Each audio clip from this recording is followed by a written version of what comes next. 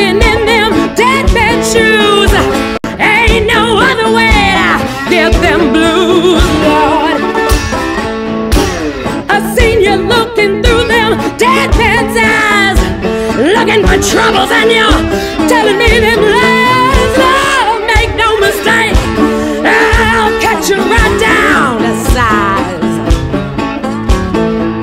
Don't go looking through no dead man's eyes.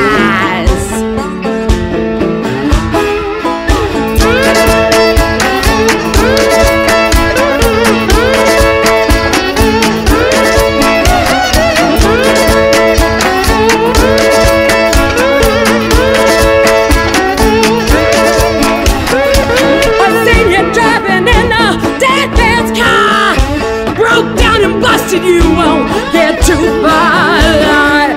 Make no mistake, put down that guitar. It ain't no Cadillac, that's just a dead man's car.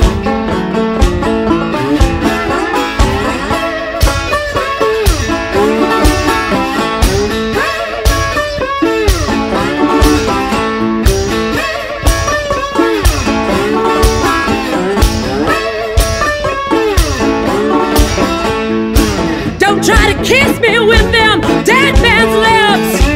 Ain't no sense in trying to swivel them hips, Lord. Make no mistake, I'm gonna give you the slip. Don't kiss me, baby, with no dead man's lips.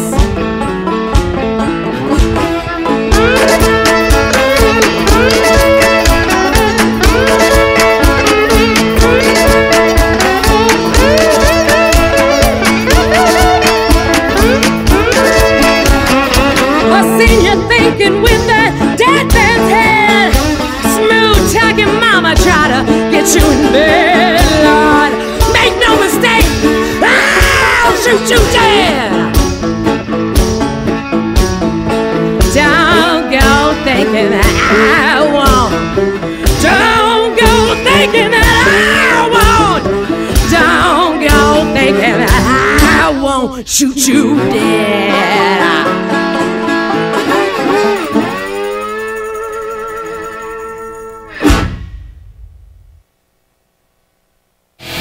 It's now time for Talkin' Boxing with Billy C. It began as a podcast, went live on the net, and transformed into a full-blown empire across the web, on Fight Now TV, and on radio stations around the world. It's the only daily boxing talk radio show on the planet, hosted by the only guy with the balls to do it. Many have stepped into the ring. Many have tried to take the belt, and one by one, they've fallen. Another victim of the undisputed heavyweight champion of boxing talk radio. Talkin' Boxing with Billy C is on now. My style is impetuous, my defense is impregnable, and I'm just ferocious. I want your heart.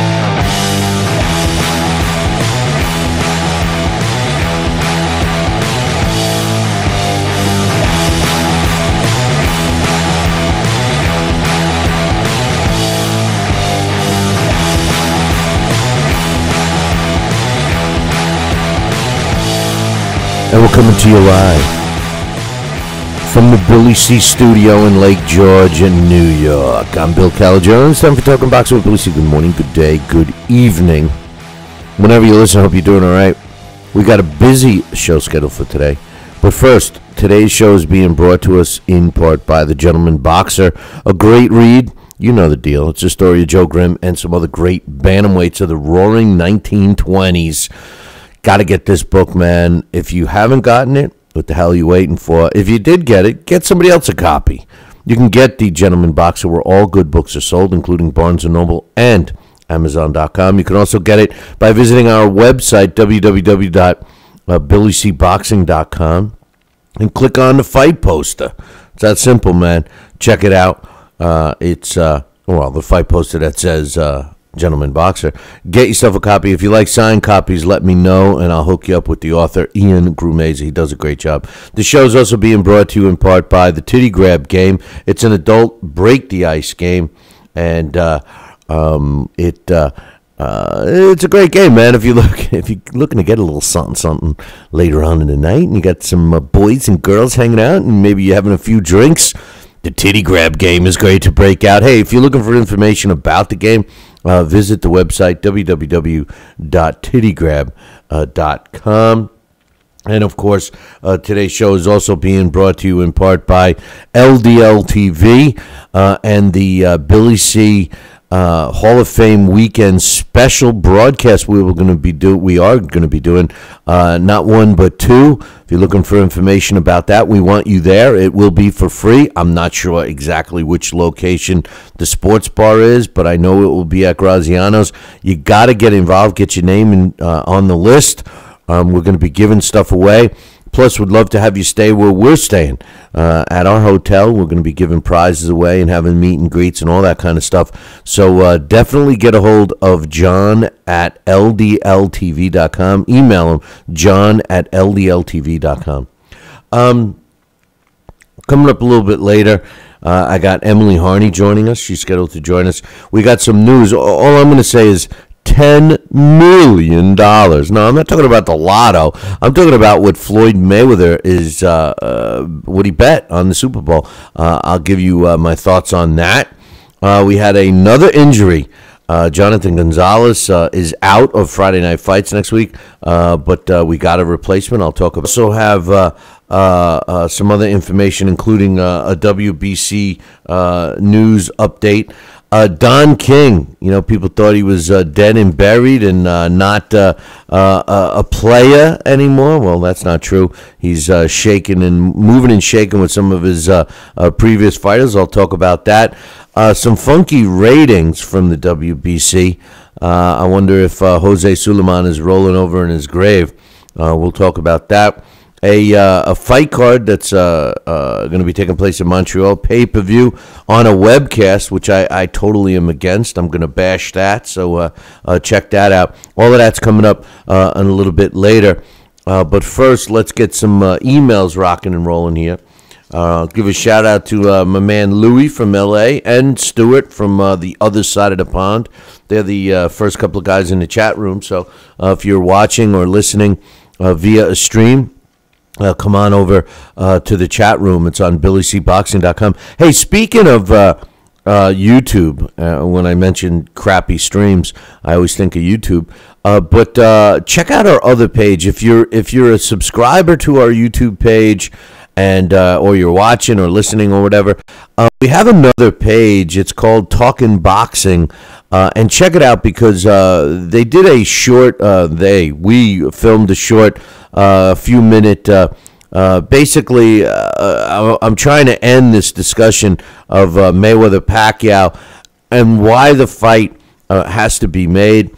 We hear why Pacquiao fans think it has to be made. We hear why Mayweather fans have to think why it has to be made. I'm just calling it the way I see it, and check it out. It's on that other page. So subscribe to that one, check it out, and let me know what you think. We are also going to have the roundtable discussion. We're going to air that, I think, early next week. I'll keep you posted on that. But anyway, we got some emails. I'll get the emails out of the way.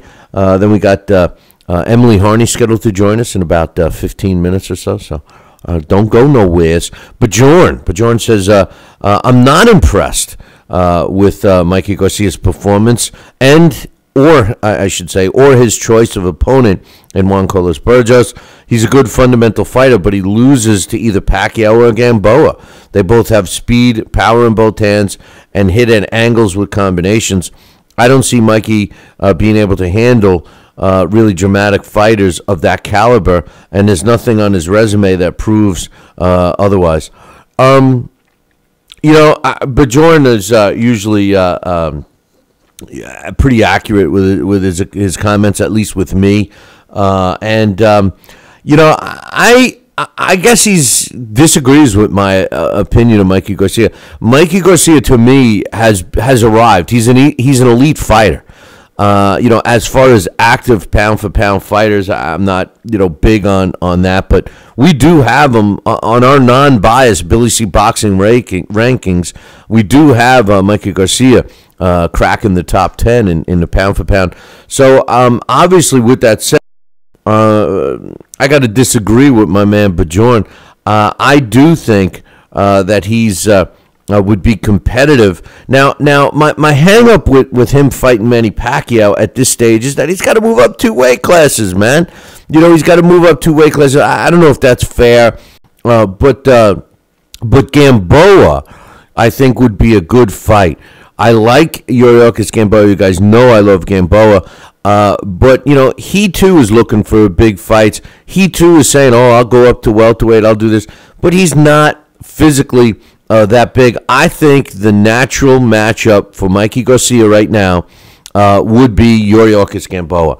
I think that it would test Mikey Garcia with these points that Bjorn is making in terms of a fighter with speed and angles.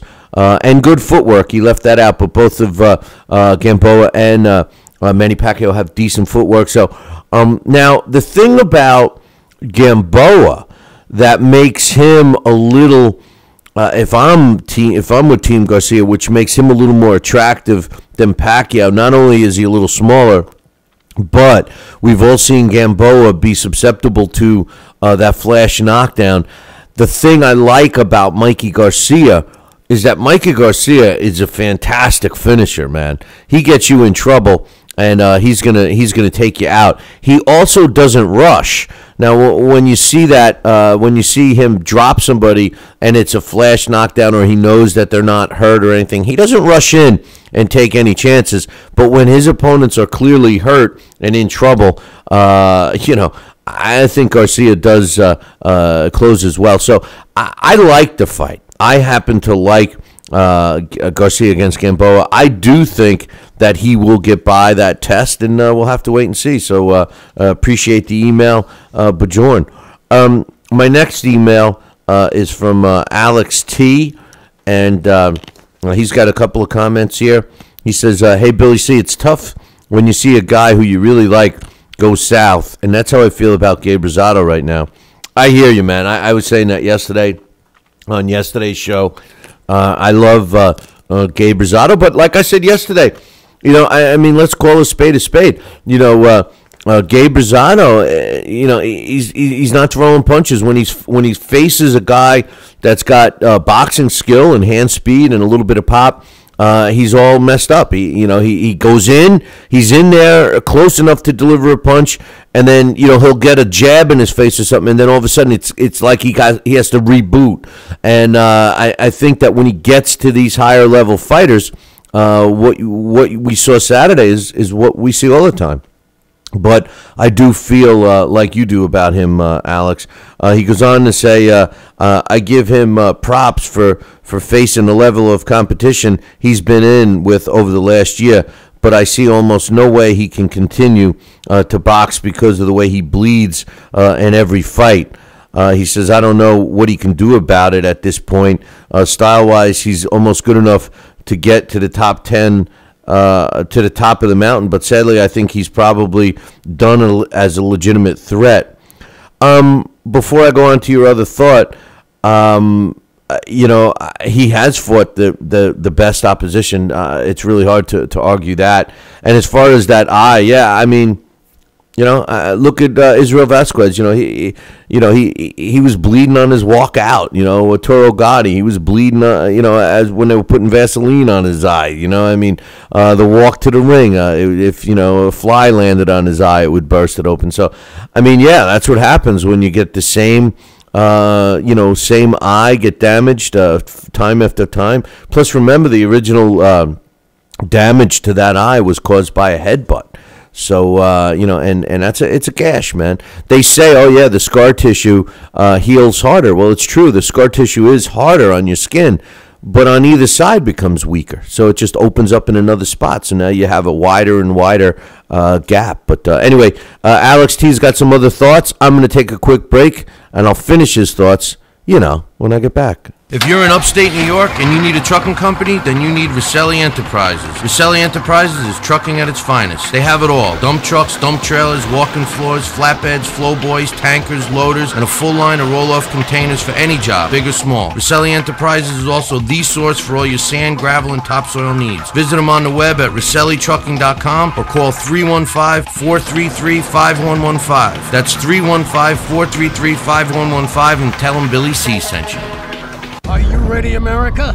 Then let's get it on with Fight Now TV. It's time, fight fans. Your channel has arrived. All the fights, all the names, all the action.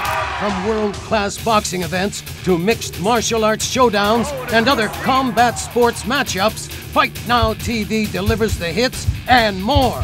Call your television provider and tell them you want to get it on with Fight Now TV. For more details, go to fightnow.com. We've got a great matchup tonight. Fighting out of the left corner is the #1 ranked contender. No, he is not. I'm sorry, but who are you? I am the IBO computer. I am programmed to provide only fair and unbiased boxing rankings. This fighter is the number 15 ranked contender. Fair and unbiased boxing rankings? That's a new concept. Actually, it is not. The IBO has provided unbiased computerized rankings for many years. Well, we've still got a great fight tonight, folks. In the left corner is the number 15 ranked contender. The IBO, the champion of integrity. Learn more at IBOBoxing.com.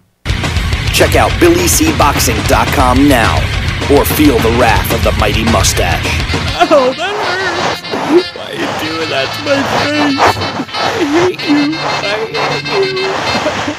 That's BillyCBoxing.com. Consider this your warning.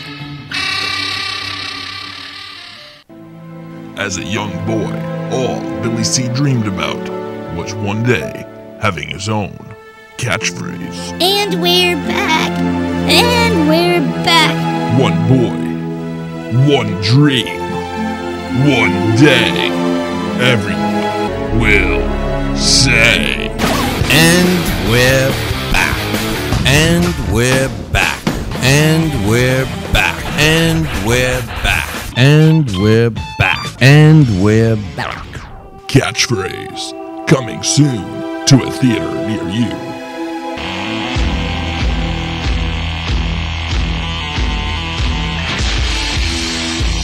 And we're back. You're listening to the Talking Box with Billy C show. Hey, man, don't forget, we got a goal going on, man. We want to get 10,000 Twitter followers by the time we go up to the Hall of Fame event in June. We're moving along. We're more than 1/3 there. So if you could follow us on Twitter, I'd really appreciate it. It's at Talkin' Boxing. That's TalkinBoxing, at Talkin' Boxing. And while you're following us, tell all your friends and your family and your uncles and cousins and brothers and sisters and bruncles and everybody else to follow us as well. And you can also join our Facebook groups. We have 2 of them. One is Talking Boxing with Billy C. The other one's Billy C Boxing. And all that stuff is good for you. It's good for you, man. It's good for you, But anyway, hey, don't forget, Hall of Fame weekend. We will be doing a great thing. 2 live broadcasts from the Hall of Fame weekend. You got to email John at ldltv.com for all the information on that. My man Boxing Bob is in the chat room. He wants to know, do we still do the history flashback? Yes, it's the Blast from the Past. We do it on Wednesdays. And speaking of the Blast from the Past, this week's Blast from the Past is going to feature former world champion in many, many divisions, Hall of Famer, and one of my favorite fighters, Tommy the Hitman Hearns. So make sure you tune in tomorrow when Alex joins me for that. Anyway, we got the emails. Alex T, the other Alex, is another issue I wanted to bring up is a story on another website I read today where Freddie Pacheco was talking about the second Ali Frazier fight. I've never cared for Pacheco because he basically called Gerald McClellan during the Nigel Benn fight. He says, I figure a doctor should understand the possibilities of head trauma during a boxing match better than anyone, but not Ferdy. Not on that night, anyway. He says, back to my point, Ferdy was recently recalling the second Ali-Frazier match, and his quote in the article is exactly as follows. Is Ferdy Pacheco still? I thought he passed away. I know that I know he got really sick, but I guess he hung in there. I heard that he was in bad shape. Wasn't able to talk or anything. So I'm surprised that this is something recent. But anyway, he says the article says this: on fight night, I looked over at Joe and saw the same old gorilla face. Whoa. He says, Billy, I had to stop and reread the comment because I thought my eyes were playing a trick on me. Did this guy just call Frazier a gorilla? In 2014, this guy's using words like that to describe a black man? Unbelievable. He's really just an elderly man saying crazy things at this point, and people should just leave him alone and stop interviewing him. I know that's what Ali called Frazier, and don't get me started on that either. If you know how Frazier went out of his way to help Ali when Ali's license was stripped. Yeah, we all know the story. He says, you know all this stuff, but your younger listeners should read up on it. I agree with your analogy here, or at least what you're thinking is the reason. I agree with you. I think he meant to refer to, I hope he meant to refer to Joe Frazier as a gorilla because that's what Ali was calling him. I think, and I hope that that's what he was saying, and I agree with you. The last I heard, he didn't have all of his faculties together, so I wouldn't go by anything what he says. I certainly wouldn't want, to set us back with that kind of stuff. As a matter of fact, that you think that's bad, why don't you read some stuff, what they used to print about Jack Johnson? I mean, a matter of factly in newspapers, So, man, the world has changed, and in that sense, much better. So, anyway, I think people should read up about that, and you make some good points about Frazier helping Muhammad Ali and everything else. I just think that whole situation, Muhammad Ali, and in case you don't know what Alex T's talking about, that's why Joe Frazier got so pissed off. When everybody turned their back on Muhammad Ali, Joe Frazier didn't, and he didn't have to, and he helped him out financially and everything. And then to see Muhammad Ali do what he was doing, just totally, Joe Frazier couldn't stand it. And as a matter of fact, if you recall, when Muhammad Ali was lighting the Olympics, I believe it was in Georgia. I think it was in Georgia. I'm pretty sure it was in Athens, Georgia. Joe Frazier was up, and they said, what do you think? He says, I'd want to fight him right now. I'll push him right into that flame if I had the chance. He was still pissed off about that, and I can understand with Joe Frazier, and I think Muhammad Ali pushed the envelope too far and never really apologized. To Joe Frazier. So I could definitely see that. Thanks for the email, Alex T. We got another email here. This is from my man Jesse. Jesse says, Billy C., what do you think of Julian Ramirez, Adrian Estrella, and Frankie Gomez? Do you think he's got a future? Well, Julian Ramirez, and by the way, Perez is always Jesse Perez is always talking to us about these young fighters, and I love this kind of stuff. As far as Julian Ramirez, or I'll say it as the guy on ESPN, Bernardo, or whatever his name, he would be like, oh, what do I think of Julian Ramirez? Yeah, well, Julian Ramirez, is a 10-0 fighter. He's in the featherweight division. 6 knockouts. He's ranked at 103 by the computer.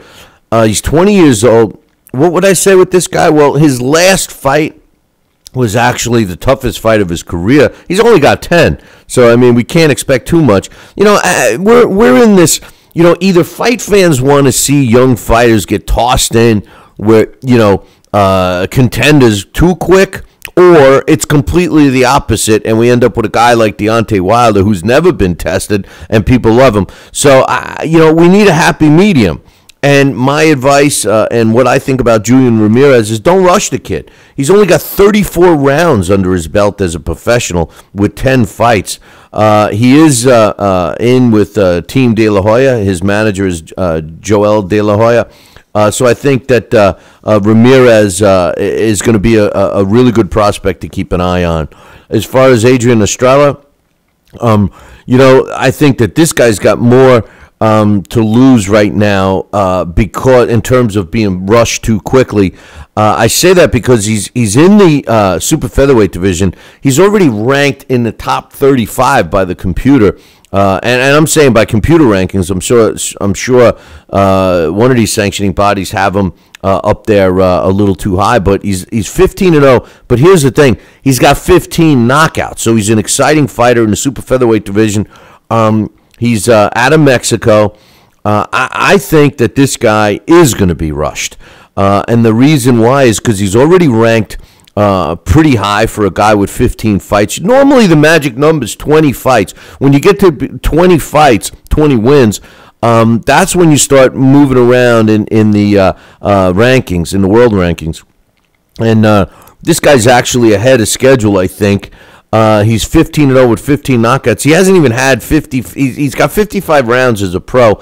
I think that the potential of this guy being rushed is more than a good opportunity. I think it's more than a good chance that he's going to be rushed.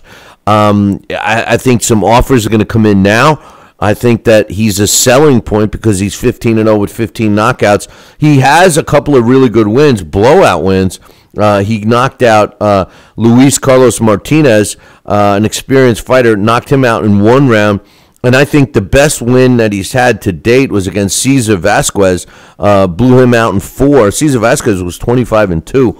I'm not underestimating this kid, but I think he's a legitimate fighter, and I hope that they don't rush him along. And finally, Frankie Gomez, does he have a future? Yeah, he's got a future. I like Frankie Gomez big time. He's out of California.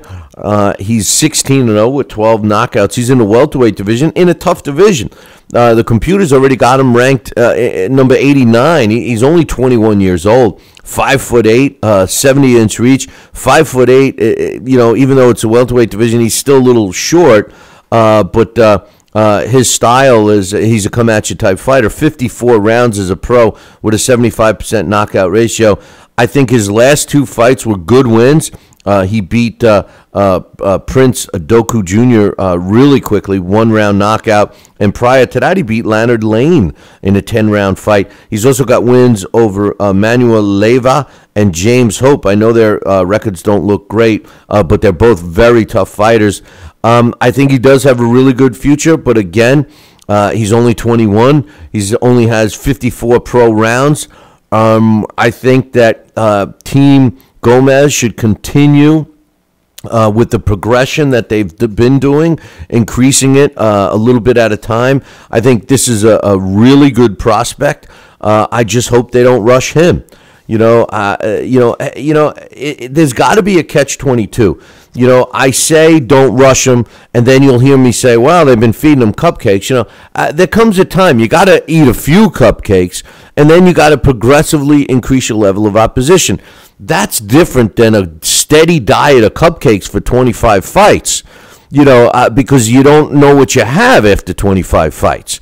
So the bottom line is, you get a guy, you feed him a few cupcakes, then you feed him a steak, see how he does with his steak. and you start to see how he does, mix in a southpaw or two, a tall southpaw, a short southpaw, a southpaw that boxes, a southpaw that comes at you. After you fight all of those kind of southpaws, now you have some experience with a southpaw. Do the same thing with all the styles. That's what young fighters need, and I hope they do that with all three of these guys. Thanks for the email, Jesse. A good one. I love that stuff. Hey, I'm going to take a short break. When I come back, I'm scheduled to have Emily Harney get her thoughts on the fights from this past weekend. Are you ready, America? Then let's get it on with Fight Now TV. It's time, fight fans. Your channel has arrived. All the fights, all the names, all the action. From world-class boxing events to mixed martial arts showdowns and other combat sports matchups, Fight Now TV delivers the hits and more. Call your television provider and tell them you want to get it on with Fight Now TV. For more details, go to fightnow.com. Broadcasting in all corners of the globe, on the web and radio. He would scoff at a stretch of that man, I would think. Palla tagliata, messa fuori, c'è Pirlo.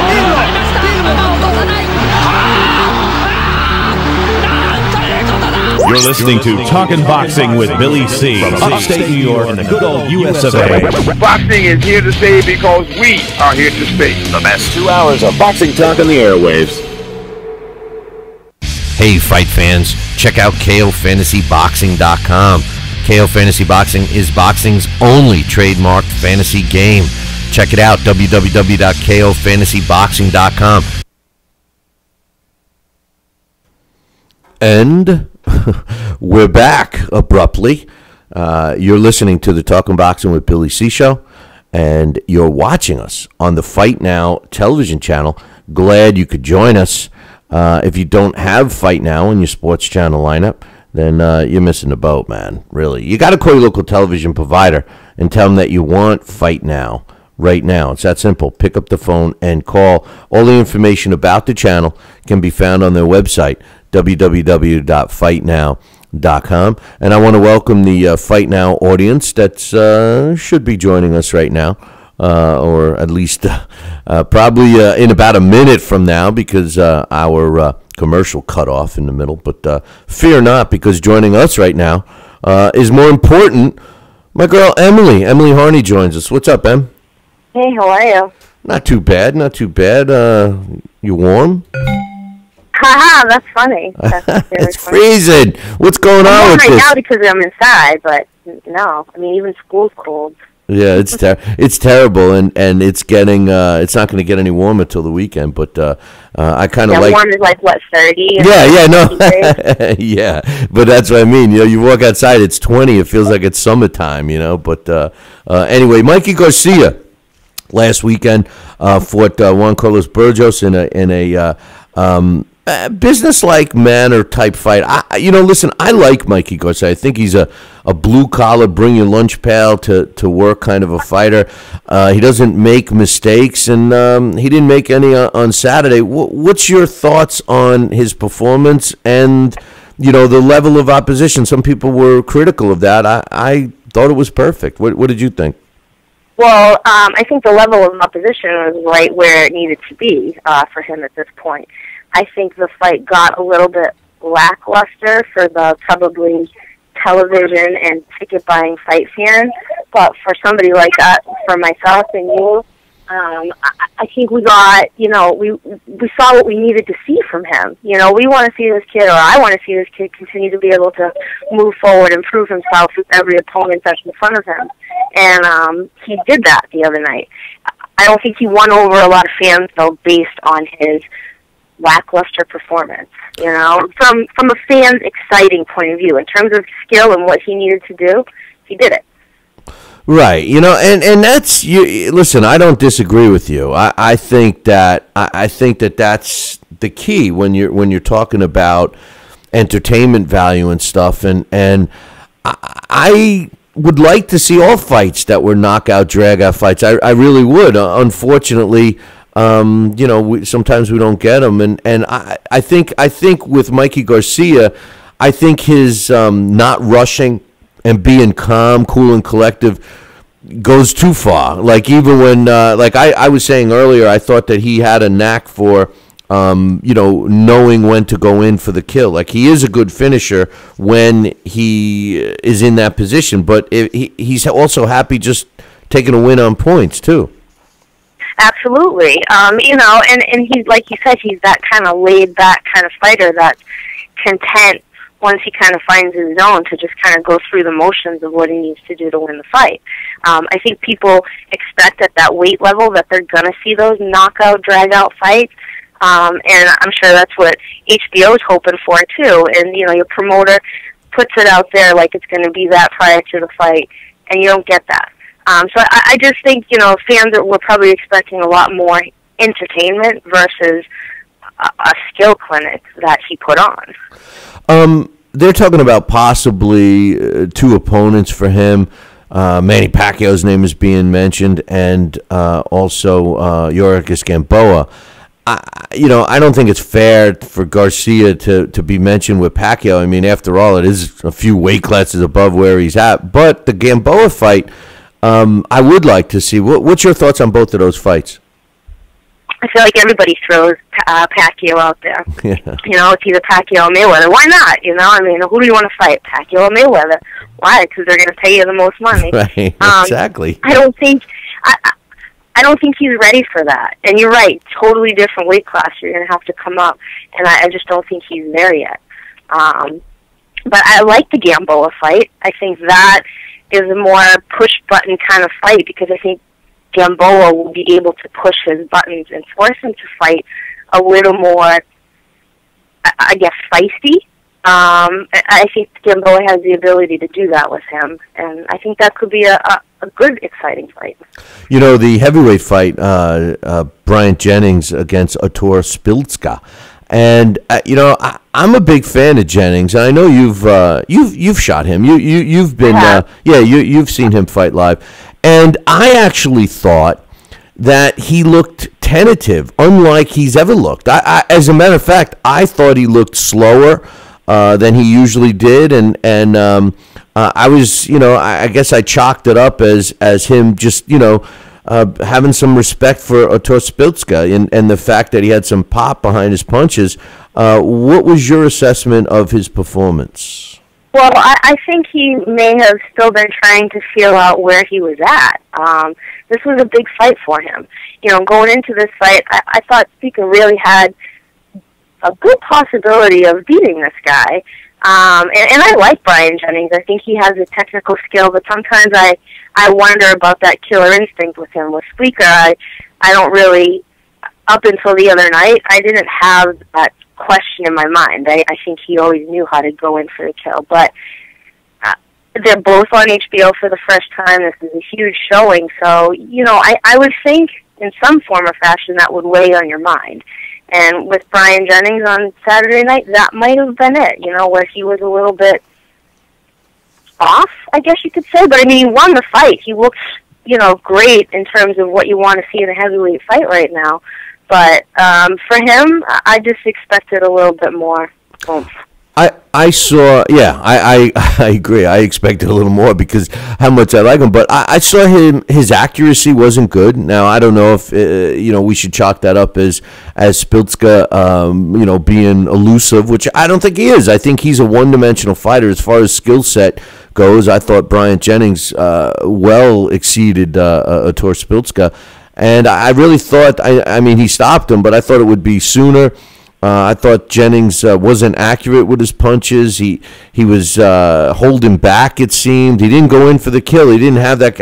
It looked like he was showing a lot of respect for Artur, and I'm not sure if it was justified, but maybe it is. Maybe I'm underestimating Artur, Yeah, the few times that I saw him fight live, I thought he could be a force to be reckoned with, and I was hoping to see him fight some big fights, and this was one of them. But, like I said, just something was missing from Jennings. Yeah. Well, I think you make a great point. The big lights, HBO, I mean, hey, that will do it to anybody. So. And you're a heavyweight. This is the one division that, everybody gravitates towards. whether you're old, young, or in the middle, everybody always tries to talk about the heavyweight division, and so who do you talk about? They don't know who to talk about. Well, the heavyweight division right now, I mean, it's up for grabs. I mean, when you think about it, so a really memorable performance was what he needed. But then again, two young heavyweights, both undefeated. You got to give them both credit.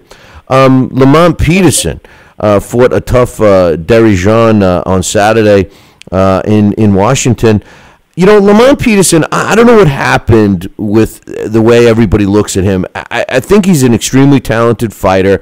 He shows us that he's got all the tools, but he also shows us that he doesn't put them all together. Like, talk about lackluster. It took him 6 rounds to get going, and I still think, and again, I'm not knocking Derry Jean at all, but I thought maybe Peterson could have stopped this kid, or at least tried to, and it seemed like he was happy with a unanimous decision. What was your thoughts on that fight? He kind of seemed like he was comfortable where he was, and he was just going to kind of go along with it, and whatever happens.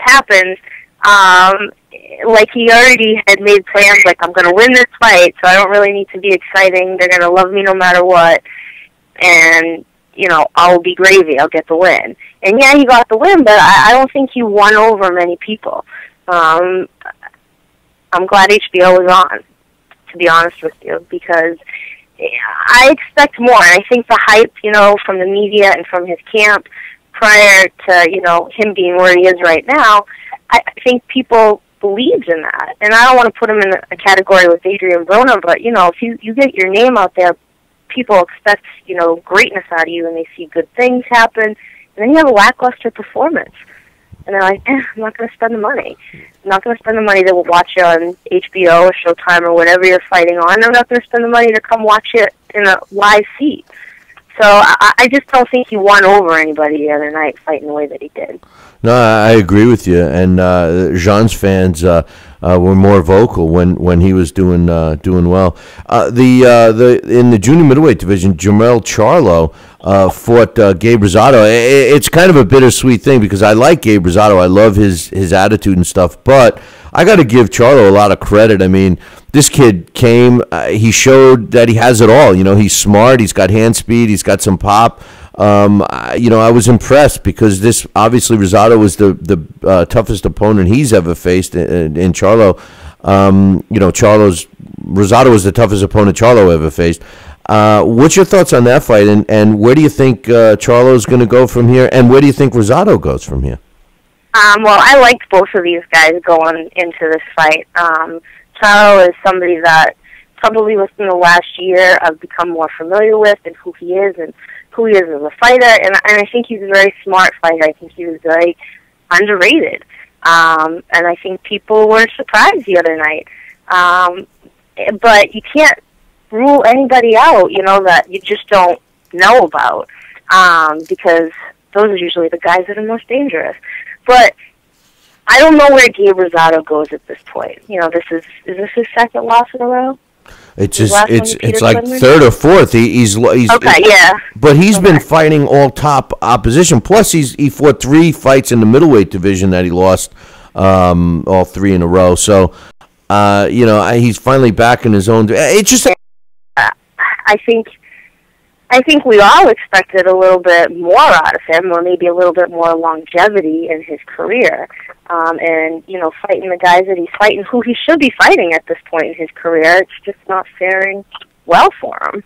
Yeah, no, I agree with you, and it's a shame because he's got such a throwback attitude and style and everything else. One big fight this week, I know we got some fights on TV, but one big fight, of course, we're not going to see on TV is the Triple G fight. He's taking on Manu Adama in Monte Carlo. I know both of us. Wouldn't you like to be in Monte? You'd even want to go there with me. Yeah, I would like to be in Florida. I know. But I'll take Monte Carlo though. especially to see Triple G. It frustrates me that we're not going to get to see this fight in the U.S. Yeah, what's your thought? That was what I was just going to ask you. What's your thoughts with HBO deciding to not to show this fight? I think it's foolish because here this is their guy that they're trying to build up, and I would think that they would want to get as much exposure as they possibly can. What's your thoughts? Absolutely. I'm sure it's going to be posted up on YouTube or Facebook, within a few minutes after it happens, because I'm not expecting this fight to go long. Based on what I've seen out of Triple G in the last year, I expect a couple rounds and hopefully knock him out in stellar fashion. So we'll get to see that by somebody. It just won't be HBO, which I think is a ridiculous move based on what we've gotten out of Triple G. He's got the potential to be that next HBO guy that they need. One last question. Thursday, Victor Ortiz finally gets back in the ring. He's taking on Luis Collazo. Is Ortiz going to have a dominating win here, or is he not going to even win? What's your thoughts on that fight? I don't know. I still think Louis has it in him to shine.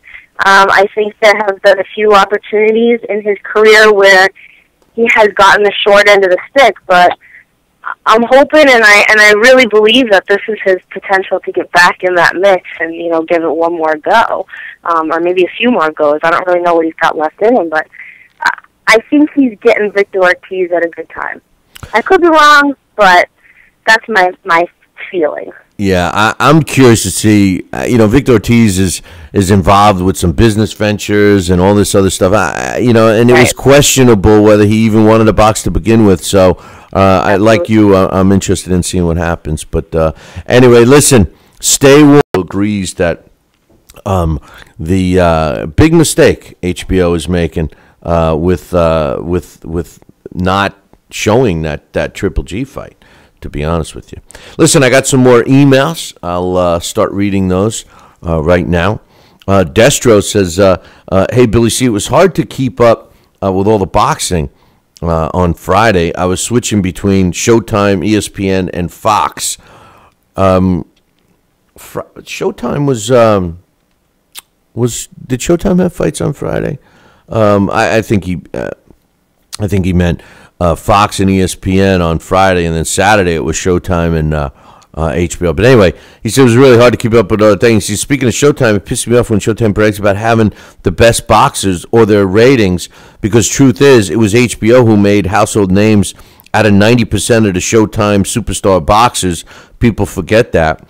Yeah, but and people also forget that Ken Hirschman, who's in charge of HBO right now, was the guy in charge of Showtime. And then when Showtime, when Kenny Hirschman took this spot at HBO, Showtime actually hired Golden Boy's, one of their attorneys. I think it was an attorney for Golden Boy. So Golden Boy, that's the thing that bothers me about Golden Boy. They think who they are. And, they got all of their buddies involved. So Showtime is with them. Hey, and more power to them. More power to them. Listen, that's why they're one of the top two promoters, because they make smart moves and they have the connections, But Destro's 100% correct. A lot of those fighters were all HBO fighters. And quite honestly, it wasn't up until Kenny Hirschman turned Showtime around that you didn't even talk about Showtime. Those fights weren't anything compared to HBO, but over the last couple of years, I thought Showtime's fights were actually better. But now that this Cold War is happening between, the networks and Golden Boy and Top Rank and stuff, I think we've actually seen better fights collectively than we have. But then again, ESPN, they've been laying some stinkers, huh? Anyway, Destro goes on to say, I agree with you regarding this weekend's boxing commentary, but let's not forget Teddy Atlas's Porky Pig impersonation. I thought Teddy was having a mild seizure on TV. I thought Teddy was about to do a Sanford and Son fake heart attack. Teddy was stuck like a deer in headlights for about 3 minutes. I sat up in the couch wondering what the hell is happening. It was so bad that they cut the camera and showed highlights of the Pascal fight. I like Teddy, and I'm an active donor to the Theodore Atlas Foundation, but Teddy has been doing commentary long enough to know that one rule of public speaking is knowing what to say when you do not know what to say. This is true. He says, anyway, I think Teddy is a great asset to our sport. I fast forward a lot of that, so I missed what you're talking about. So if anybody has a clip of that and wants to send it to me, I'd like to see it. But, Teddy Atlas, my problem with Teddy, I think he's an asset to our sport to a degree. Number one, I think he's very entertaining on ESPN. I like what he says most of the time. Number two, I think he would be a really big asset, and I've said this for several years now, if Teddy Atlas was actually in charge of the United States amateur boxing program, the USA Boxing. I would like to see Teddy Atlas take the reins of that and turn around our USA Boxing program. I think we need a guy like Teddy Atlas, a no-nonsense, do it his way or the highway type of a guy. Now, with that said, my hang-ups with Teddy Atlas are simply this. Number one, I don't really look at him as a proven professional trainer like everybody likes to point out, because quite honestly, who's he trained? Povetkin, he totally destroyed. And if you're going to tell me Michael Mora, he's one of the most unlikable guys this sport has ever produced. Listen, that's his claim to fame. Good for him. But as an amateur coach, he's much better. My other hang-up with Teddy for the broadcast is this. If you don't agree with Teddy, you're totally wrong. In other words, he takes a sport that is 100% subjective, and it becomes right or wrong. It's Teddy is right, and you're wrong if you don't agree with Teddy. He does it to the listeners. He does it to the viewers when they're scoring. If your card isn't like his, he's like, oh, come on, well, where's my fans? Where's my friends? How come you're not doing that? How come you're picking against me? And the next you know, all the stats are changing. If the three judges score it differently than Teddy Atlas, it's a robbery. Quite honestly, Teddy Atlas shouldn't even get a pencil and a scorecard. They should give him a crayon and a coloring book, because he has no idea how to score a fight. Even when there's knockdowns, he doesn't score it as a 10-8 round in a lot of cases. So I think Teddy Atlas is great for the entertainment value. He's great for his analysis, because he does do a good job. He's not so great with thinking who the hell he is. His ego. When they fly him someplace, they got to give him two seats, one for his ass and one for his ego. So come on.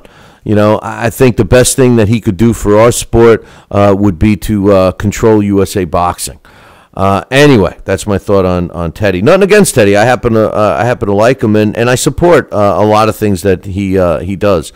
I just think it's and let's face it, he is the ESPN Friday Night Fight broadcast. He's the man. He runs the show over there. Joe Tessitore does a great job. The other two guys, the guy in the I don't even know their names, but the guy in the studio is terrible. He looks like he's 19 years old. Nothing against young kids, but get him the hell out of there. I don't even think he's a boxing guy. I don't even think he's a sports guy. He's not. And Bernardo, come on, man. Come on. I can't stand that. But anyway, Destro says, I'm really excited about Pacquiao Bradley 2. I will be in Vegas to see this fight. Hey, I'm hoping that we're going to be in Vegas. You got to reach out to Fight Now TV. I'm trying to get us out there to do our show live during the week. We always have a great time for a big fight. So hopefully I can meet Destro. You can come to where we're doing it if it happens.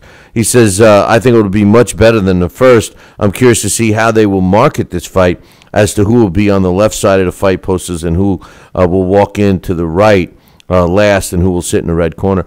Well, it's already being billed as Pacquiao Bradley 2. So I think that kind of answers the question. I would like to see Bradley walk out second. I think that maybe he agreed to having the fight called Pacquiao Bradley 2. Pacquiao, is on that side of the ledger, all of that kind of stuff. But I think it's only right to have Timothy Bradley walk out second. He is the champion. I believe that if you are fighting for a belt, that the champion deserves the right to walk out, second. That's just my opinion. But a great point there. He says, what's your thoughts on 20-year-old Felix Verdejo? His amateur record was 104 wins, 17 losses. He's got 10 wins with 7 knockouts. I'm going out on a limb and saying that Puerto Rican Felix Verdejo is a star in the making. I see Felix being on the Miguel Cotto, Felix Trinidad level, but with style more like Tito. Speaking of young stars, and by the way, I like him too. I think he shows a lot of promise. I think we have a whole nother group, a class of young Puerto Rican fighters coming up right now that's going to get the Puerto Rican fans all jacked up here for the next few years. So I agree with you there. He says, where am I? He says, I am an official judge for USA Boxing in the New York, New Jersey, Connecticut areas. I have judged bouts for a lot of the guys we talked about, like Deontay Wilder, Rasheed Warren, Demetrius Andrade, Errol Spence, and so on. He says, I want to point out an observation. In the last few years, I've seen a rise in amateur boxing talent. I don't know what it is, but the amateur boxers of today are better conditioned and have higher skill than the amateur boxers 5 years ago. Years ago, I didn't have to ask if a boxer was a novice or in an open class because most novice boxers sucked. He says, today I can hardly tell the difference between the novice boxers and the open class boxers. Makes me happy when I see our amateurs doing so well. I hope they do well in the Olympics. I remember Manny Stewart saying some of the best boxers I've ever seen in my life never made it out or off the streets. It's a excellent statement, and it's a true statement. I'm glad to hear that you think that the amateur program is producing some better talent. I think the pool of boxers are starting to increase. Keep in mind, too, Destro, that you're a judge in arguably, one of the best tri-states that we have for the sport of boxing. I mean, when you're talking about New Jersey, New York, and Connecticut for Golden Gloves, the talent, especially in New York and New Jersey, are out off the top. So you're always going to get the best fighters coming out of New York and New Jersey. As far as I don't know, because I'm glad that you said it. I don't follow enough amateurs, so I don't know, but I'm glad you say that. They're looking more refined, and that's refreshing. He says USA Amateur, and like I said, you're into amateur boxing, USA Amateur Boxing. Teddy Atlas is your guy, man. He's the one that should be running that program. He says USA Amateur Boxing recently changed their scoring and also changed some of the rules, which has made amateur boxing more like pro boxing. I just wish pro boxing would accept many of the rules practiced in amateur boxing. Amateur boxing rules would help pro boxing tremendously. I think I would have said that maybe the change in rules has made the quality of the fighters seem better, but that rule change just happened, with the Olympics. So I don't know if you'd see those results that quickly.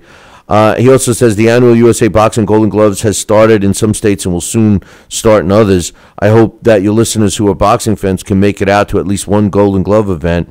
I hope your listeners will support their local gyms, support amateur boxing, and support amateur boxing events.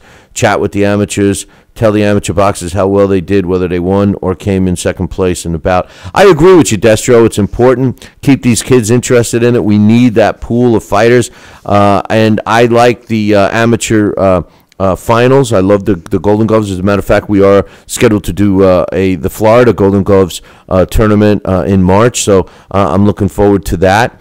And I would love to be involved with any Golden Glove or amateur tournament. So, Destro, if you need to get us involved, or if you can get us involved, drop me an email, Billy@TalkinBoxing, TalkinBoxing.com. We broadcast those events, and it would be pretty cool to get that done. Anyway, listen, I'm going to take a short break, and when I come back, we got one more email. I got some news, all of that stuff coming up in 2. Talkin' Boxing with Billy C. now has official merchandise available on TalkinBoxing.com. T-shirts, sweatshirts, hoodies, and mugs. and yes, even undergarments. Talkin' Boxing Apparel is the perfect gift for the boxing fan in your life. Log on to www.talkinboxing.com. That's TALKINBOXING.com and place your order today.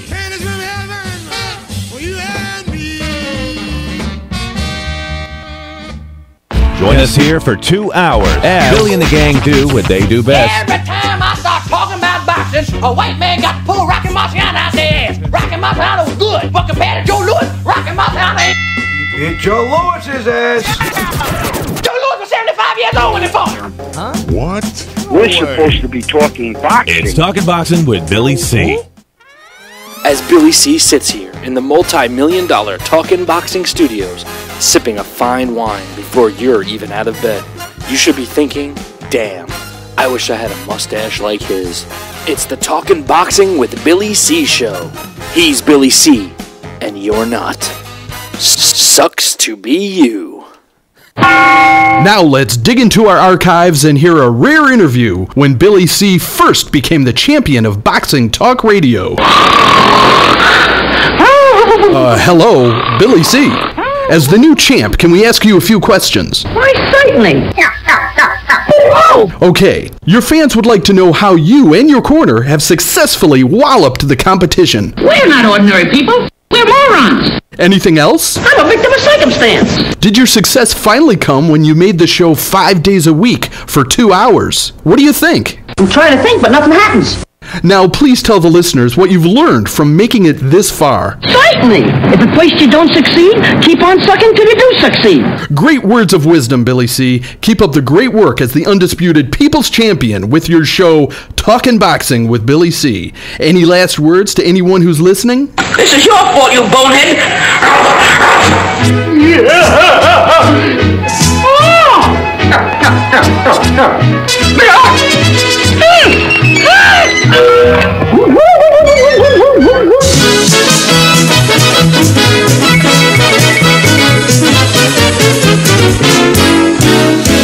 And we're back. You're listening to the Talking Boxing with Billy C show. I thought you were watching us on the Fight Now television channel, but who knows? If you are, if you're not, hopefully you are. If you don't have Fight Now in your sports channel lineup, you need to call your local television provider and tell them that you want Fight Now right now. It's that simple. Pick up the phone and call. We got one. Is it one more email here? I got one more email, and this is another one from Destro. And this one is about Bernard Hopkins, and he says, Billy C., you recently read an email from a viewer who said Pacquiao does not and should not leave Arum to make a fight. I agree with that viewer 100%. I would not quit a lifelong relationship simply because I am being commanded to do so. He says if Pacquiao does, then I hope Pacquiao has a fight contract in his hand before he makes a decision to leave Arum in Top Rank. But well, let me hear the rest of your thought. He says yesterday you mentioned B-Hop in your top 25 all time, and I agree with you. I said he will. They asked me if, when all is said and done, will he make my top 25 all time great when it's over, and I said yes. He says, I wonder if people remember Bernard having problems with Lou DiBella and Lou DiBella suing B-Hop for $750,000. After the Jermaine Taylor fight, security had to separate B-Hop from approaching Lou. Yeah, Lou's the kind of guy you want to punch in the face sometimes, you know. He says, well, Bernard hated Lou so much that B-Hop said, I can't fight Lou DiBella, so I'm going to beat up Jermaine Taylor to exact my pound of flesh. Also, B-Hop hated Don King. Well, wait a minute. He didn't exactly beat up Jermaine Taylor. I thought that he worked. See, Bernard Hopkins is such a BS artist, man. You know, and he's like, you know, this is my hang-up with fighters that talk shit and don't back it up. You know, he didn't beat up Jermaine Taylor. I believe that B-Hop won both of the Jermaine Taylor fights, but he didn't beat him up. If he would have beat him up, it wouldn't have been close. He wouldn't have lost. You know, beating somebody up, knock him out. You know, stop being, you know, back up your mouth. If you're going to shoot your mouth off, back it up. At least try. You know, but anyway, he says, Bernard Hopkins, what does he say? He says, also, Bernard Hopkins hated Don King. B-Hop said he went to Don King's house after the middleweight tournament, and Don King had a middleweight tournament trophy with Tito's name etched in it. He said Don admitted to Bernard that he had thought Tito would win the tournament, so he had the first trophy made with Tito's name on it. B-Hop's reply to Don was, I don't care. I won the tournament, and I have the trophy at my house. B-Hop hated Don King so much that last year Bernard said, I will put Don King out of business by beating Tavarius Cloud. Well, how did that work out for him? You know, Don King is still in business, B-Hop. He says B-Hop didn't say, I will fight a young, hungry Tavarius Cloud if he leaves Don King. B-Hop didn't say, I will fight a young, hungry Jermaine Taylor if he leaves Lou DiBella. My point is, if a boxer hates a promoter, B-Hop has shown the best way to address this problem is by beating up the promoter's fighter and not insisting that the boxers sever a relationship with the promoter. I agree with your point, and I agree with your subliminal message here. That shouldn't be an excuse for Floyd Mayweather to fight Manny Pacquiao. If he gets rid of Bob Arum, then I'll fight him. Because let me tell you this. If I think that Manny Pacquiao should get rid of Bob Arum in Top Rank, not so much for Floyd, but how about for the $68 million worth of aggravation? In Italy, we call it agita. And if you're Italian, it's called agita. What kind of agita did he get with that? I mean, come on. So the bottom line is that with $68 million, Manny Pacquiao's got plenty of agita over that. And when they did all the research and all the reports and all the investigations and et cetera, all fingers pointed at Top Rank and Michael Kahn. So that's why I would end the contract. But I agree with you.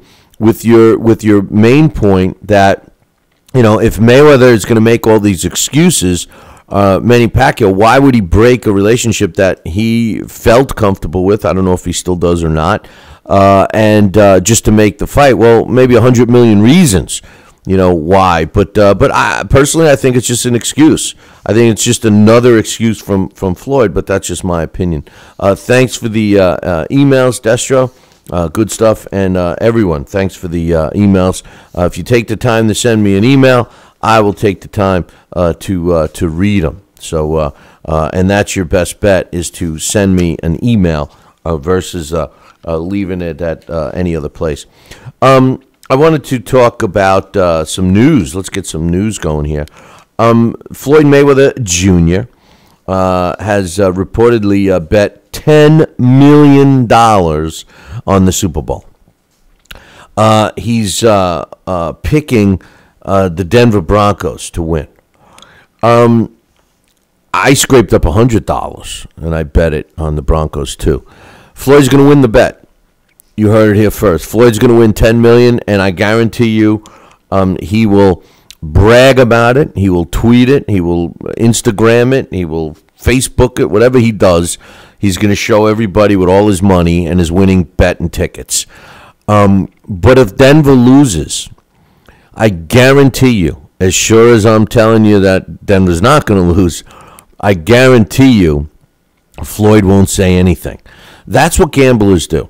And you know how people talk? They always brag about the wins, but they never talk about the losses. Do you think for a minute that Floyd Mayweather always wins? And many people say, especially Floyd fans, many people say, Floyd's never going to be broke. He's too smart. He's too smart. He knows the pitfalls of boxing. He knows this. He knows that. But he's got a problem. Just like other fighters who end up with addictions to drugs and alcohol or chicks or whatever, that a downfall or not lowering your standard of living once the cash train stops. Then that's why most of them fail in life, after boxing. Well, Floyd has an addiction too. No, it's not drugs. No, it's not alcohol. Maybe a little bit of women. Well, all of us have a little addiction to women, but it's gambling. And, gambling, people that have gambling problems are just, they have just as serious of a problem as an alcoholic or a drug addict. And once you get addicted to gambling, it's hard to get out of it. And some people like the juice of, I'm a gambler. I don't bet like him. And I've learned the hard way to be a controlled gambler. Now, maybe Floyd Mayweather is a controlled gambler. He can afford $10 million. Like I scrape up $100, he's scraping up $10 million. And if that's what he likes to do with his money, more power to him. But many believe that that's going to be his downfall. I believe that that's going to be his downfall. But as far as his $10 million bet on the Denver Broncos, I think he's going to win it.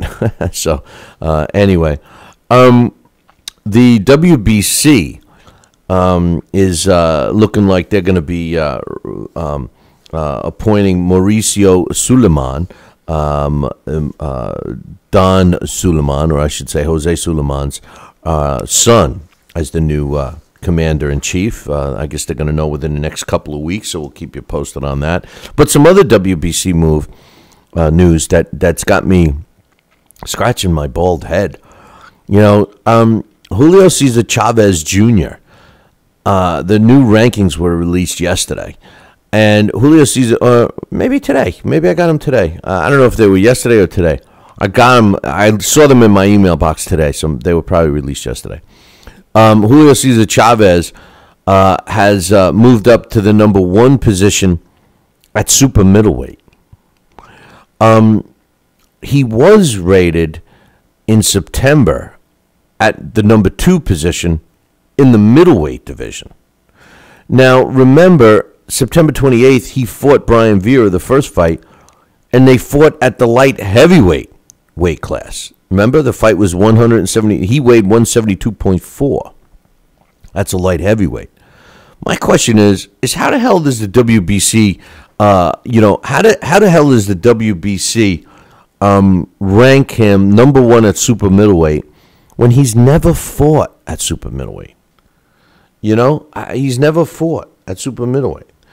I'm wondering what the deal is with that. It seems crazy to me. Number 1. Who knows? And by the way, they finally stripped Adrian Broner of his WBC lightweight belt. Which, come on, man. I mean, they're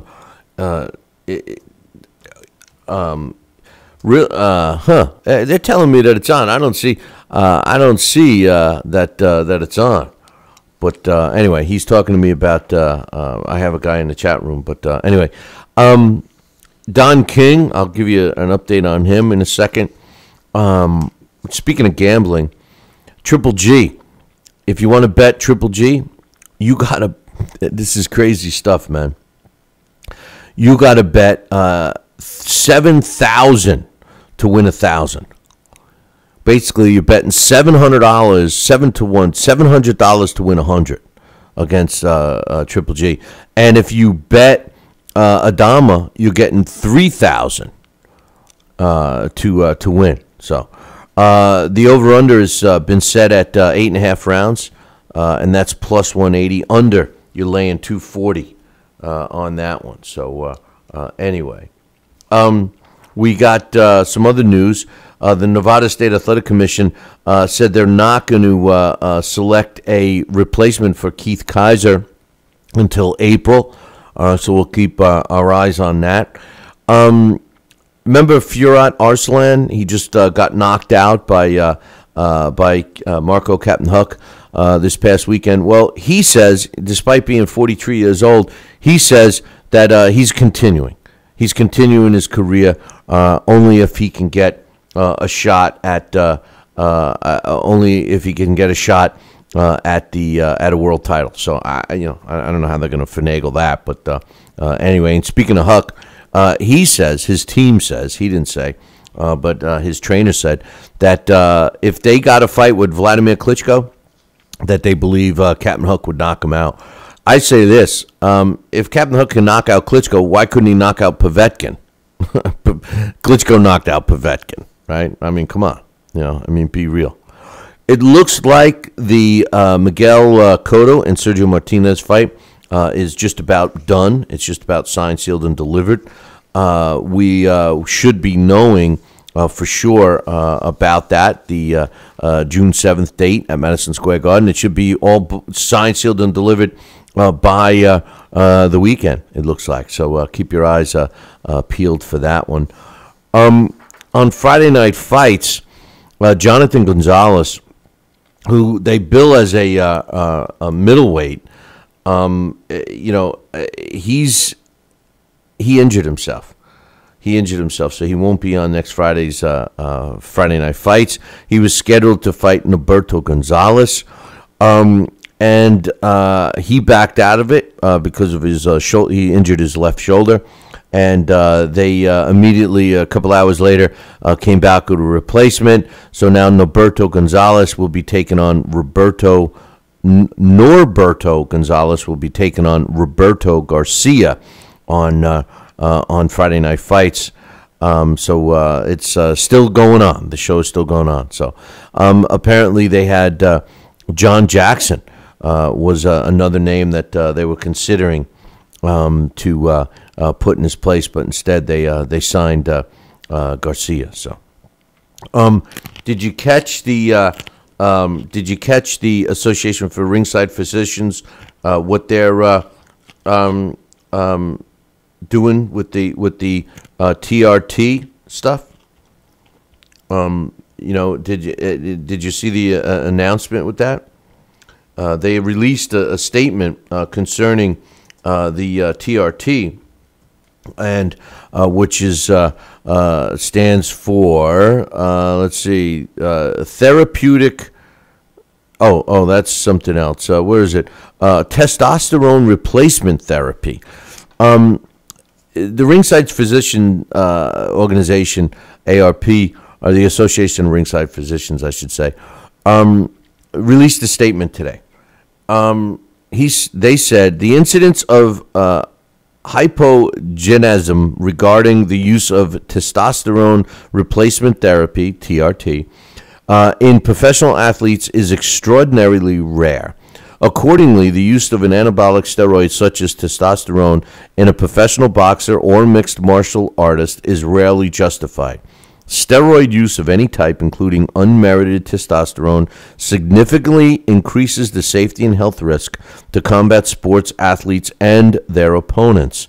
TRT in a combat sports athlete may also create an unfair advantage contradictory to the integrity of that sport. Consequently, the Association of Ringside Physicians supports the general elimination of therapeutic use exemptions, that's TUE, for testosterone replacement therapy.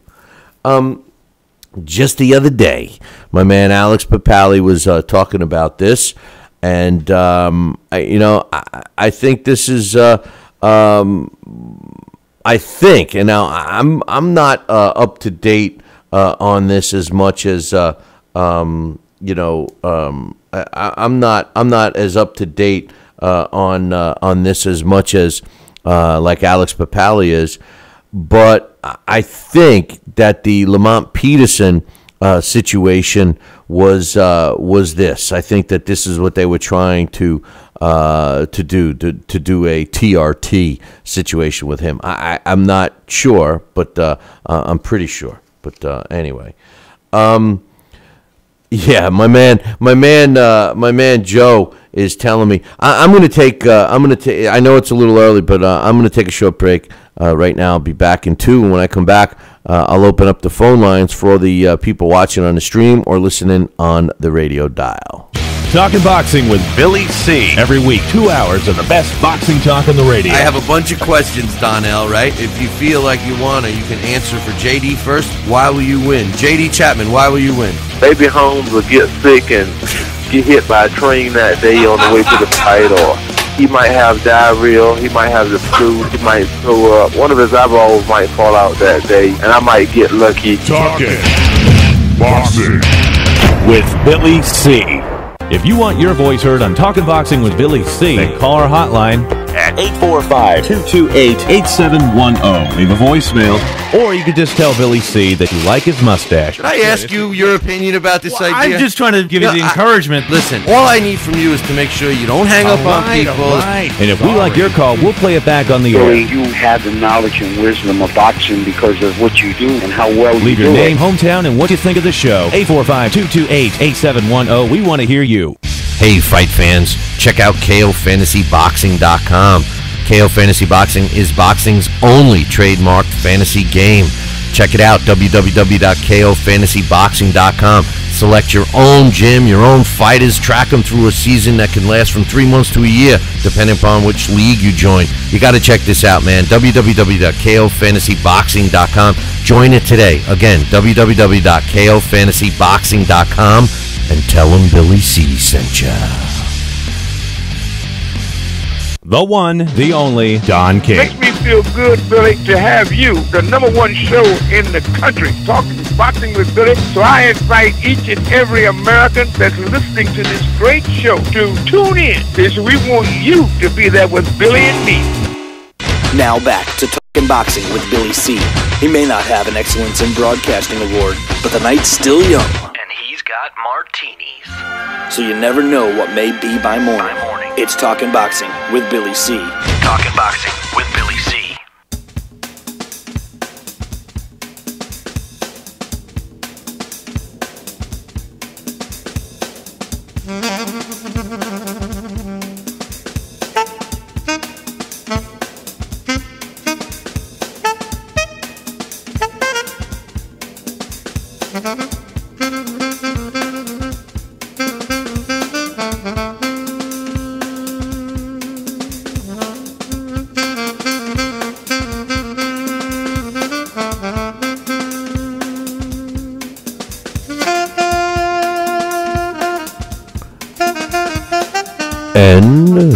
And we're back, baby. Like, what's his name? Who's that guy? Who's the big guy? White. Hey, baby. We're listening to some music here. Anyway, you're listening to the Talking Boxing with Billy C show. Glad you could join us. I can't think of his first name. Jeez. But anyway, the phone lines are open. If you have any thoughts, comments, concerns, give us a call right now. The phone number is 845-228-8710. 845-228-8710. Give us a call right now. I'm going to only take probably 1 or 2 calls. So give us a call right now if you want to get on the air and give us your thoughts. Anyway, Don King. He's back. Yeah, I know. He's been hanging around. You know, somebody threw him a lifesaver, and a cherry one. No, somebody threw him a lifesaver in the ocean, and he's bobbing around. You know, he's got a fighter or two. But are you? I mean, we heard rumor about it, but I mean, of all guys, you know, he says, I can't wait to get back with, and it's Mayorga, but I mean, you know, a cigar smoking, beer drinking, Ricardo Mayorga. I mean, you gotta love Mayorga. You gotta love Mayorga. You know, but Don King, man, he says, "Viva Nicaragua." So, how much has he got left? Not Don. Well, how much has Don got left? They're both the same. They're on borrowed time. Apparently, he's going to be ready to roll. We knew that this was coming because Don King had snuggled up with that crazy Russian promoter, Vlad Hurinov, and that's the fight that they're putting Mayorga on the card with the Guillermo Jones Denis Ledebev fight. So we'll see what happens. It is going to be taking place in Russia, and Mayorga is going to be fighting Dmitry Chudanov. So hey, like anybody, you know, you go over to Russia and you're going to fight for Hurinov, and you better knock out the fighter that you're fighting. And and even that doesn't guarantee you a win, man. But anyway, that's what's going on there. They announced that we had some stuff going on, like a pay-per-view in Montreal. I'm going to get to that in a second, but Rustam Nagaev is challenging Mikey Garcia. He said basically, if you're moving up to 135, you need to go through me. Really, Nagaev? Really? Who cares? Rustam Nagaev is 26 wins, 6 losses, and a draw, with 16 of his wins coming by knockout. He is ranked by several of the sanctioning bodies. But we're talking about Mikey Garcia here. Mikey Garcia is the junior lightweight world champion. He's undefeated at 34-0 with 25 knockouts. Rustam Nagaev is not in the same class as Mikey Garcia. Now, if Mikey Garcia wanted to move up to 135 and needed, somebody to beat up a little bit, okay, Nagaev, you're the guy. But Mikey Garcia is not going to have to do that. He's gonna get his shots because of who he is, who he's connected with, and all that stuff. I love it when these guys start challenging. And here's the thing: Nagaev is with Gary Shaw.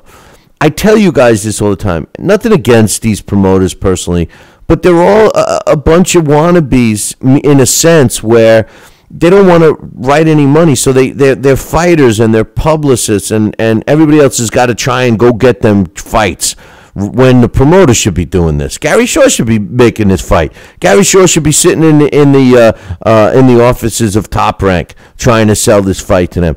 I mean, come on, man. Like I tell the young fighters all the time, be careful who you sign with, man. Be careful who you sign with. Maduma, Gislan Maduma, is headlining a card in Montreal on February 5th. That's next week. He's 15-0 with 9 knockouts, and he's the NABF champion in the lightweight division. Here's the thing.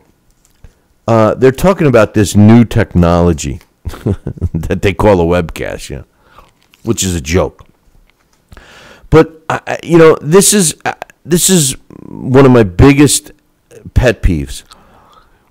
Webcasts are very important to the future of boxing, in my opinion. Very important, and I mean that.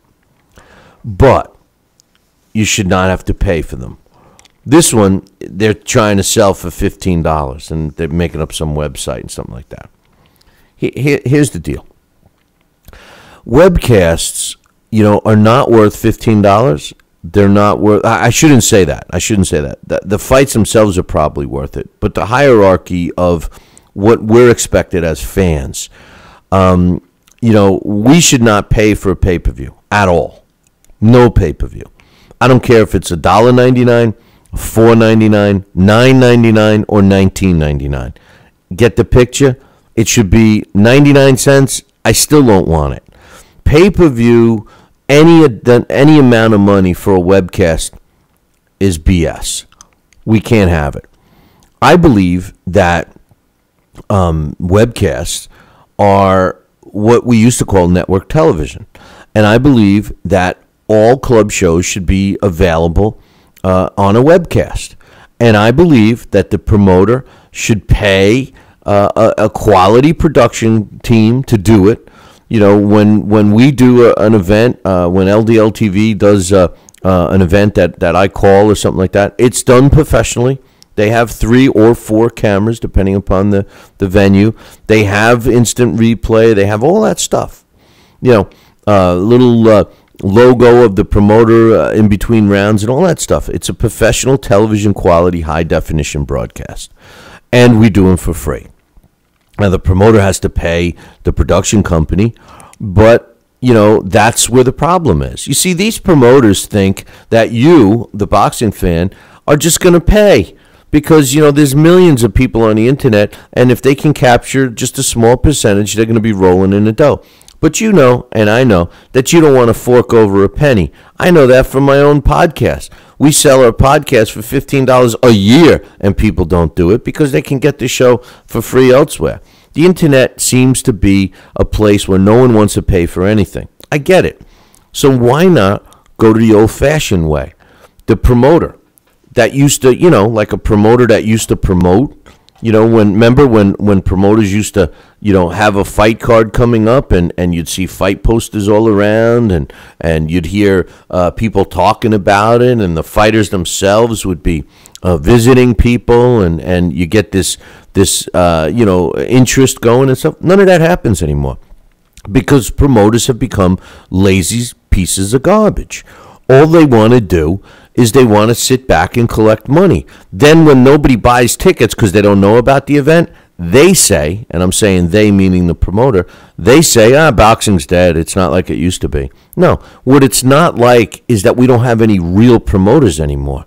If promoters were smart, and if they weren't so greedy, and if they weren't happy making $100, what they would do is they would put their efforts into trying to find sponsors for webcasts. Let a sponsor pay for the webcast. It's a good value for a sponsor, especially when we do events. We get 20, 30,000 views happening when it's for free. If you try to charge somebody, they get 20 buys. That's it. That's all they get, and I'm not kidding you. Do you know that the most successful boxing pay-per-view to date took place? It was Roy Jones Jr. You know how many buys he had? 446. That's it. Roy Jones Jr., 446. Didn't even make 450 buys. That's Roy Jones. So how do you expect unknown club shows that's taken place in Canada or in Louisiana or in any other small town USA, who's going to buy them unless a couple of relatives want to see the kid or want to see their nephew or something like that?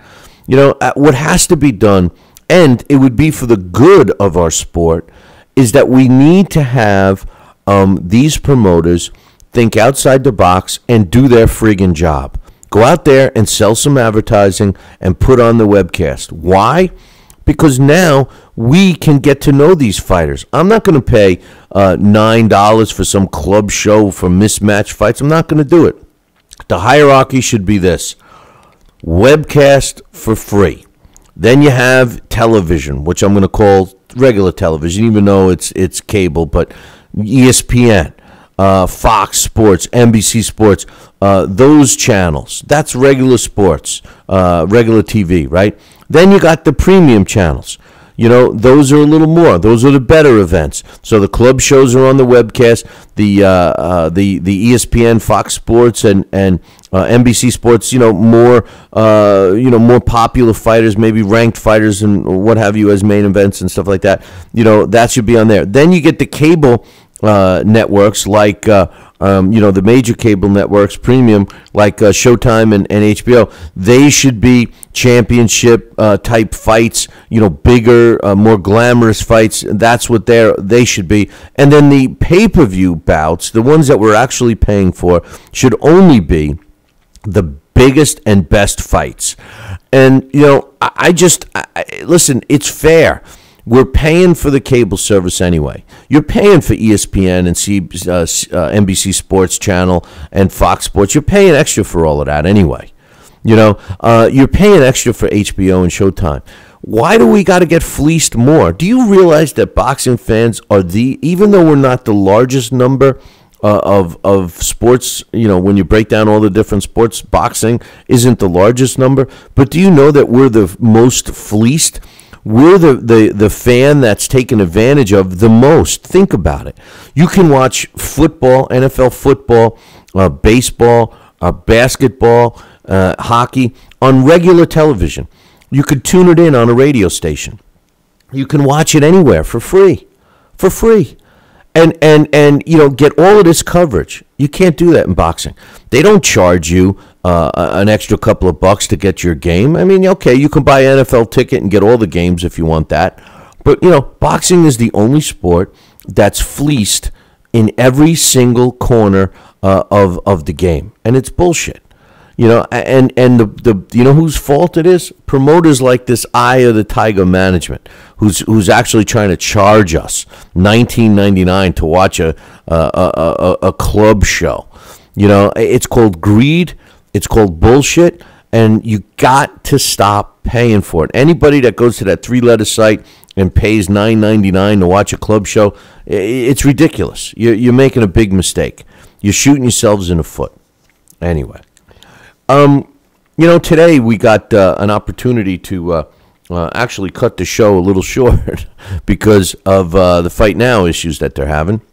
And I did open up the phone lines, and nobody called in a timely manner. And I think that what we're going to do right now, a lot of people usually start wrapping it up here in about 15, 20 minutes. But I think I'm going to wrap it up. I might even watch the State of the Union address. I don't know, man. I'm curious to say. Talk about fleecing America. I'm curious to say what our president has to say. I was reading some quotes from the State of the Union address from years gone by, and some of these presidents stood up and said, the state of our union is in good shape. We're in good shape. I'm curious to know what our current president is going to say. He's going to say what? Things are looking good? I don't know. I hope he says something like, it's cold out there. Wake up. It's time for It's too early for a trivia question.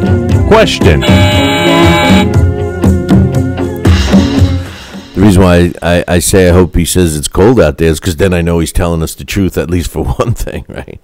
Anyway, today's It's Too Early for a Trivia Question is being brought to us by The Gentleman Boxer. I keep telling you guys about this book. It is a great read. Get yourself a copy right now.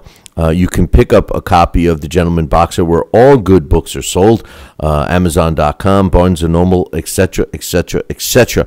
You can also check out the author's website, www.iangrumeza, that's IONGRUMEZA.com, or if you don't want to remember anything, just visit our website, www.BillyCBoxing.com, and click on one of the Gentleman Boxer banners, which you can't miss. Today's It's Too Early for a Trivia Question is also being brought to us in part by the Titty Grab game. If you're looking for a break the ice game for adults, this is an adult break the ice game. Like for an example, if you and a couple of buddies are having a couple of girls come over and you got some liquor in the house and you're thinking you want to get a little something later on in the night, well, the Titty Grab game is perfect because it gets everybody going a little bit, if you know what I mean. So check out their website, www.tittygrab, for all the information, where you can buy it. You can even see how it's played and read the rules. So that's what's going on there. Yesterday's It's Too Early for a Trivia Question was what world champion fought the most fights without ever being stopped? Now, I began this question about a couple of weeks, I think almost, what was it? At least 10 days ago, including the weekend. And I gave a really good hint. 2 days in a row, I said, here's the hint. The guy's name is... think tires, think automobile tires, and you'll find this guy's last name. Well, nobody got it until yesterday. The question was, what former world champion fought the most fights without ever being stopped? Well, my man, Kevin, he knew that none other than Jimmy Goodrich fought his whole career without ever being stopped. So congratulations to my man, Kevin. I don't know what he won yet because he's got to email me his mailing address. I'll give him a couple of options. So congratulations to Kevin. He got this one right. As a matter of fact, Kevin was a new listener. He had just got an email that was read yesterday. So congratulations to Kevin. Now, we got a new one today, It's Too Early for a Trivia Question. The question is, now this one, it should be easier, I would think. All right, I'm not going to give you any hints, but I'm curious to see the kind of answers that I'm going to get because I think people are going to think too hard on this one. That's all I'm going to say. Here's the question. What former world champion fought on the same card as 6 of his brothers? What former world champion fought on the same card as 6 of his brothers? Now, if you know this answer and you're the first one to email me, Billy@TalkinBoxing, that's TalkinBoxing.com, you'll win the prize. So remember, you got to email me, and it's got to be first. We only accept emailed answers. The email address is Billy@TalkinBoxing, that's TalkinBoxing.com. What former world champion fought on the same card as 6 of his brothers? Good luck to everybody on that one. This day in boxing history.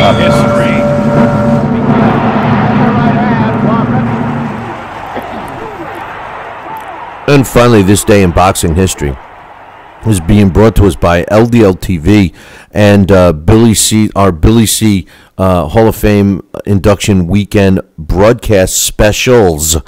Whew, that's right, specials. Shazizzle. 2 specials. One at a sports bar, one at Graziano's. You're looking for information? I want you to get it because I want you there. We're going to be giving prizes away, especially if you stay at the same hotel we're all going to be at. Then we're going to be giving prizes away. We're going to have meet and greets, all that kind of stuff.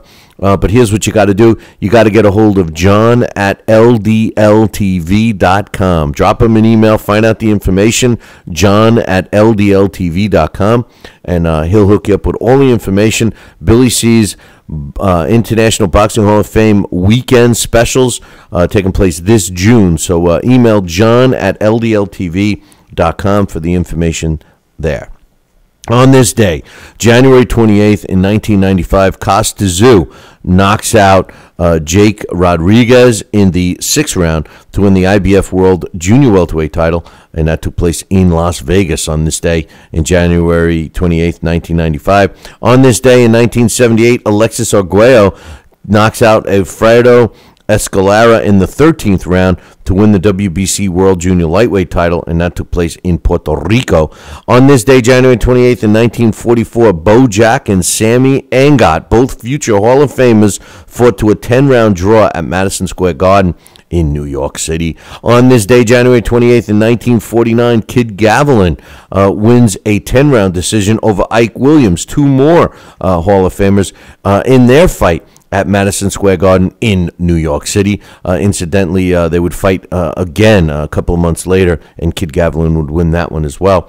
On this day, January 28th in 1959, Tiger Jones, that's Ralph Tiger Jones, wins a 10-round decision over Joey Gardello to improve to 48 wins, 24 losses, and 4 draws in their fight in Kentucky.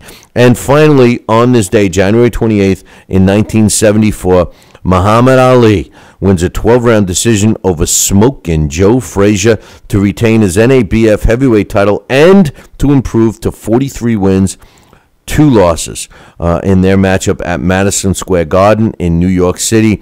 This was Joe Frazier's 2nd loss of his career, the first being his knockout loss to George Foreman. So that's what took place on this day in 1974. Hey, listen, don't miss any shows for the rest of the week. We got tomorrow, Tommy Hearns is our blast from the past. Alex Papali and myself will be talking about Tommy Hearns and all the other happenings in the sport. We will do some other stuff too, man. We'll open up the phone lines. Don't be scared. I want you to call in. When we open up the phone lines, that's when you got to call. We don't have them open all the time, but all of that stuff. So we got a busy week coming up. I am going to get out of here a little early today, but I do have one more thing to say. You know what it is?